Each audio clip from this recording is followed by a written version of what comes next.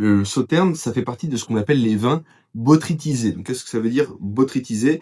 Ça vient du petit champignon qui s'appelle le Botrytis cinerea, qui en fait va donner le vin de Sauternes et d'autres grands vins liquoreux, notamment les sélections de grains nobles en Alsace, certains Jurançons, certains vins dans la Loire. On fait d'excellents chenins botrytisés, donc des vins très très sucrés. Et en fait, pourquoi est-ce qu'on parle d'un petit champignon? Alors, ce qui se passe, c'est qu'il y a ce qu'on appelle un mésoclimat à Sauternes et non pas un microclimat. On entend souvent parler de microclimat, mais c'est un abus de langage. Et donc, qu'est-ce qu'il a de spécial ce mésoclimat? En fait, ce qui va se passer, c'est qu'il va y avoir un choc thermique parce qu'en fait, la région de Sauternes est au confluent de deux fleuves, la Garonne et le Ciron. Et le Ciron est un fleuve beaucoup plus froid. Donc, ce choc thermique va provoquer tous les matins, en automne, une brume matinale. Et donc, c'est le signe qu'il y a énormément d'humidité. Et donc, cette humidité va favoriser l'éclosion d'un petit champignon qui est le botrytis et qu'on appelle aussi la pourriture noble. L'après-midi,